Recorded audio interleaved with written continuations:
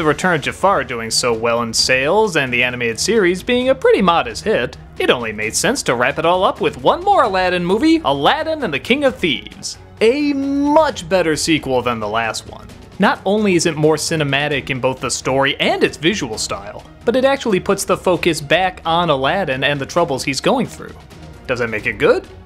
I don't know if I can go that far. There are still a lot of things that don't work about it, but I can at least say I was genuinely entertained and even kind of impressed. Aladdin and Jasmine are finally getting married. Yeah, I guess they pushed that whole 3 days thing off a bit. But like he said, he's the Sultan and can change the laws, so why even have a law that she has to be married? Oh, who knows. Fairy tales, haha. But Aladdin is feeling sad because he can't invite his father to the wedding because, well, he never knew his father. But that all changes when he discovers his father is actually the king of the 40 Thieves and tries to rob the wedding. He's trying to get the scepter that's in the palace that contains an oracle that can tell him where the greatest treasure of all is, the Hand of Midas. Aladdin and his father, played by John Rhys Davies, finally meet up and don't know what to really make of each other.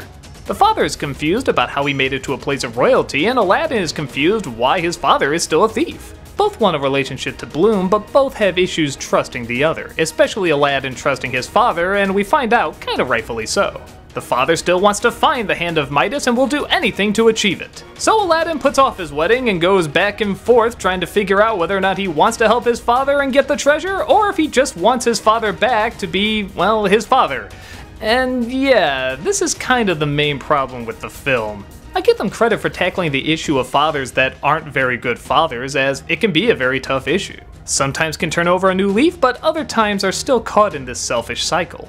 But here's the problem, Aladdin's father's cycle doesn't really make sense. He says that he left Aladdin because he couldn't provide for him and his wife, so he goes and joins the 40 Thieves to get his treasure so that, well, he can support them.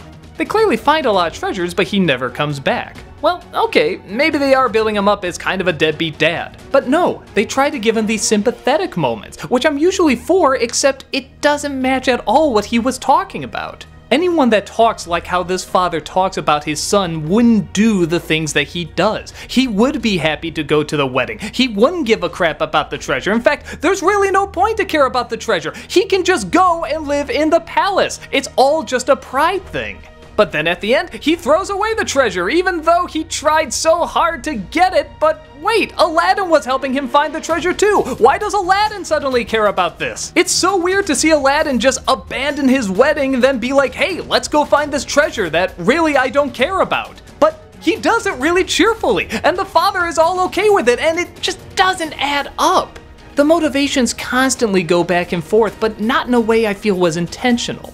If you want to see this kind of story done so much better, watch Adventure Time and Finn's connection to his father, or even, strangely enough, Fresh Prince of Bel-Air and his connection with his real father. These shows get it, and they know how to explain it well. I don't think this one really does. It feels more like they want to do something with Aladdin connecting to his father, but they also want a treasure hunt. So they just kind of smash them together, and yeah, given the probable short amount of time that they had on this, I guess I can't be surprised what we got. But that still doesn't mean that the heart and focus works, and when the heart and focus doesn't work, the film really suffers, and it's hard to get behind it.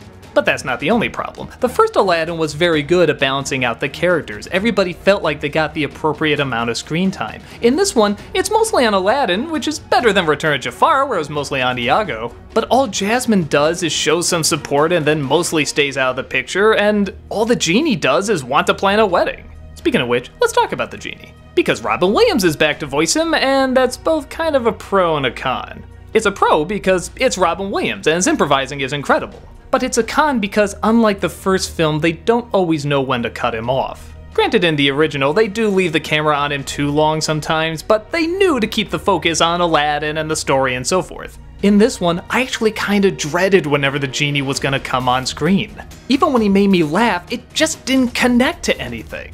It's like he comes in and just hijacks the movie when we could be spending more time trying to get the motivations of Aladdin and his father down.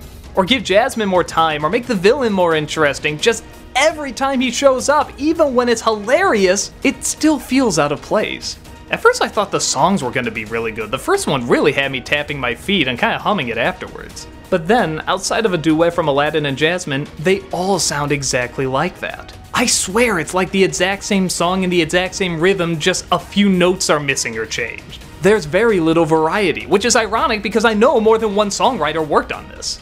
But for all its problems, like I said, there are a lot of good things. Williams' jokes, though they do go on too long, are still mostly funny. They do at least try to tie in some of the characters at the end. Jasmine throws a punch and the genie gets a few action scenes. And like I said, you can tell they're trying to go that extra mile. Look at some of this animation. This is the same crew that brought the Aladdin TV show to life. TV shows back then didn't have a big animation budget, so for them to come together and pull off something that looks this good, it's really impressive. The angles, the movement, the lighting, the colors. You can tell they knew this was going to be the last thing Aladdin related, and they wanted to try their hardest to make it good.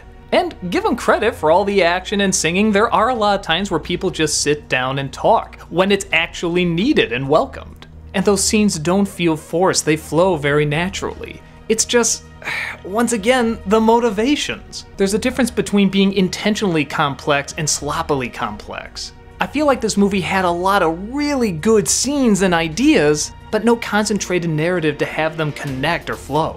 So it's a tough call. I don't see it really working as a film, but I'm also kinda happy I saw it. It was visually interesting, it was creative, you could tell it was trying to have a real heart and soul. And I give it credit that it was trying to wrap up both the TV series and the movies. It even ends with the merchant singing the song at the end. Those are kinda nice bookends. I get a feeling if I was a little kid I'd be into it, and as an adult, there's some neat stuff. It's just that none of it ever really connected. But you gotta give props to the directors and animators who you know were on a tough deadline for this. For Disney sequels and shows that are almost never given enough time to be fleshed out, this was a valiant attempt to justly wrap up another Arabian Night.